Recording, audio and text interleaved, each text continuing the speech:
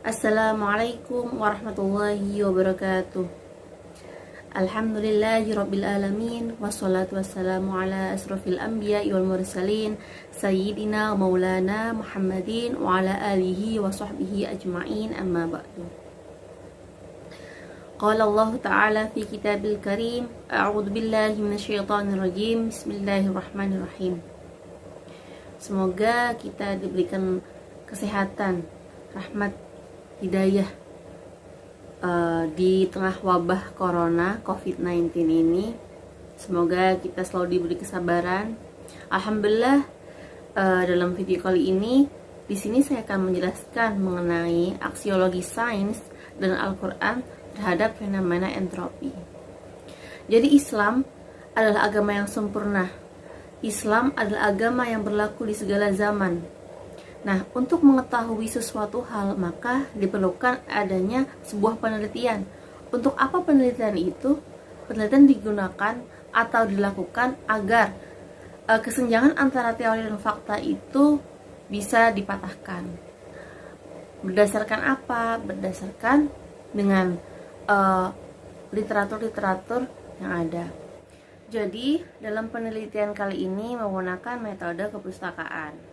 Metode kepustakaan ini digunakan untuk mendapatkan suatu informasi yang bersifat teoritis.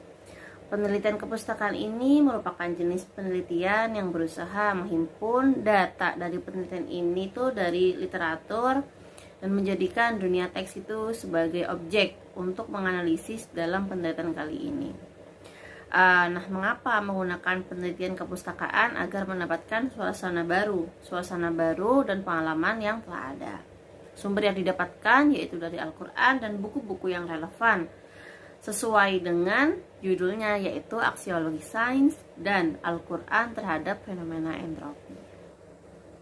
Sains menuntut kejujuran, integritas, keterbukaan, penghargaan terhadap fakta dan teori, serta argumentasi. Nah, pembelajaran termodinamika. Termodinamika sendiri merupakan fisika energi atau panas atau kerja. Nah, entropi merupakan suatu besaran dalam termodinamika. Dan ini tuh, buat apa sih entropi ini? Entropi itu merupakan berkaitan dengan perubahan setiap keadaan, dari keadaan awal menuju keadaan akhir.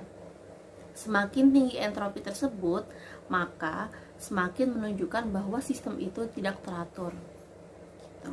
Nah, alam semesta ini akan bergerak menuju keadaan yang tidak teratur semakin ke depan. Semakin tidak terencana, tidak terorganisir. Nah, seakan-akan alam semesta ini mengelak untuk tidak diketahui oleh manusia. Gitu. Karena apa? Karena ketidakteraturannya. Entropi alam semesta itu akan selalu meningkat. Contohnya air. Air memiliki entropi yang lebih besar daripada es. Mengapa? Karena air molekulnya bisa bergerak bebas daripada es.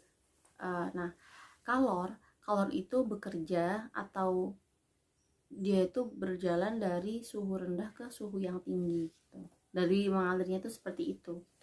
Nah, sebenarnya Allah telah menjelaskan fenomena ini itu dalam Al-Quran. Al-Quran merupakan kitab yang lengkap dan sempurna. Al-Quran merupakan sumber ilmu pengetahuan yang sahih dan merupakan akhlak yang paling mulia.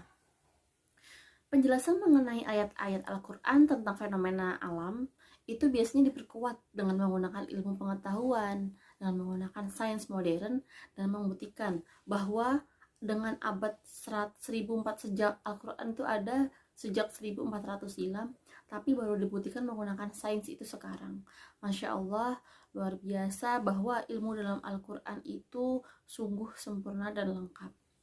Secara ringkasnya itu, apabila manusia itu yakin dengan kebenaran Al-Quran, dengan sahihnya Al-Quran, maka manusia itu akan mempercayai dan mengimani persoalan ketuhanan, kenabian, dan kerohanian diri sendiri agar mendorong mereka untuk mematuhi segala perintah Allah. Gitu. Nah, hubungan antara entropi dengan Al-Quran itu terdapat, ini saya ambil satu contoh ayat, yaitu pada surat Ar-Rahman ayat ke-9.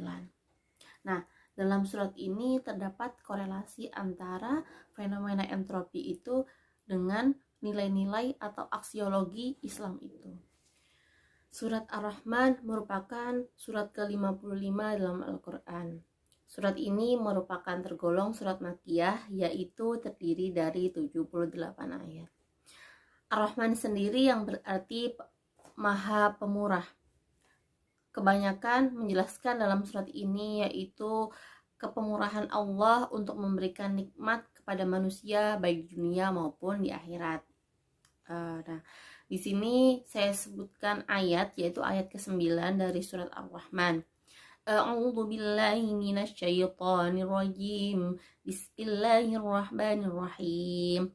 Wa aqimul wazna bil qisti wa la tukhsirul mizan, yang artinya tegakkanlah keseimbangan itu dengan adil dan janganlah kamu mengurangi keseimbangan itu. Nah, dari sini ada beberapa tafsir. Di sini saya ambil dua tafsir, yaitu tafsir Jalalain dan tafsir dari Profesor Quraisy Shihab. Yang pertama, tafsir dari Jalalain ini menerangkan bahwa tegakkanlah timbangan itu dengan adil, janganlah engkau itu curang. Janganlah kalian mengurangi timbangan itu, jangan mengurangi barang yang sudah ditimbang, karena itu tidak baik. Nah, tafsir yang kedua merupakan tafsir Prof. Quraisy Shihab. Nah, tafsir ini menerangkan bahwa tegakkanlah timbangan itu seadil-adilnya di setiap transaksi yang kalian lakukan. Nah, dari kedua tafsir ini itu ada kesamaan, yaitu yang intinya berbicara mengenai timbangan yang tidak boleh dikurang atau dilebihkan. Nah, tafsiran ini itu dikaitkan dengan judul yang saya ambil, yaitu entropi, ya. Ketika semuanya itu ingin seimbang, janganlah engkau itu mengurangi atau menambahkan hal-hal yang sudah seimbang. Hal-hal yang sudah seimbang itu tidak perlu dikurangi atau ditambahkan. Karena mengapa? Karena itu akan menyebabkan ketidakseimbangan tersebut, yang menyebabkan ketidakteraturan suatu sistem atau yang disebut dengan entropi itu sendiri. Seperti itu. Disebutkan juga dalam Al-Quran bahwa nanti akan terjadi hari kiamat. Di sini saya kaitkan dengan hari kiamat. Karena semakin kesini dunia itu semakin tidak seimbang. Contohnya banyaknya pembunuhan, banyaknya fitnah, banyaknya orang untuk melakukan zina, baik itu terlihat ataupun tidak terlihat. Dan itu dilakukan secara terang-terangan. Untuk sekarang ini, bahwa orang atau akhlak orang itu sudah menjadi hal yang tidak biasa gitu. Udah menjadi wajar untuk orang melakukan pencurian, perampokan dengan bangga melakukan seperti itu. Nah, hal itu membuat dunia ini tidak teratur. Contoh lagi, jadi alam itu mempunyai energi contoh, energi minyak bumi, energi batu bara. Itu setiap hari dikeruk, ya kan, dilakukan untuk apa? Untuk terjadinya roda perekonomian, agar orang bisa hidup, tapi juga itu akan berpengaruh terhadap apa? Terhadap lingkungan di sekitarnya, terhadap kehidupan manusia di sekitarnya. Banyak terjadi pembunuhan secara tidak langsung di area-area penambangan emas, penambangan batu bara. Karena apa? Hal yang seharusnya itu dijaga, alam yang seharusnya dijaga itu tapi dirusak oleh manusia sendiri. Itu merupakan salah satu contoh juga bahwa menunjukkan alam itu semakin menunjukkan ketidakaturan tersebut.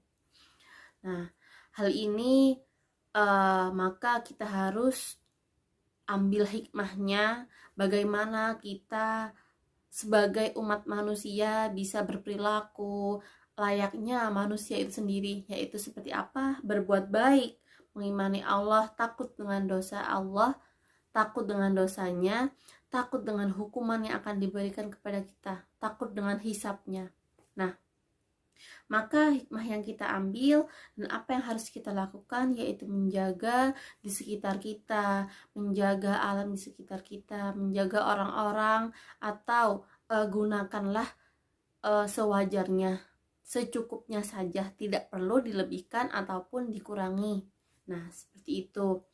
Nah, ini merupakan hubungan antara nilai-nilai ya aksiologi antara entropi dengan sains dan Al-Qur'an. Bahwa di Al-Qur'an telah dijelaskan, di Al-Qur'an di masa yang lampau 1400 tahun yang lalu sudah ada tafsiran-tafsiran seperti itu. Namun sains baru menemukannya di abad keberapa. Nah, sungguh luar biasa Allah menciptakan kitab yang sempurna, yang lengkap. Kita sebagai manusia juga harus untuk mengimani itu, kita harus mempelajarinya. Kita tidak boleh melakukan hal-hal yang negatif. Untuk apa? Untuk menjaga keseimbangan dunia untuk menuju ke akhirat yang kekal nanti. Cukup dari saya. Assalamualaikum warahmatullahi wabarakatuh.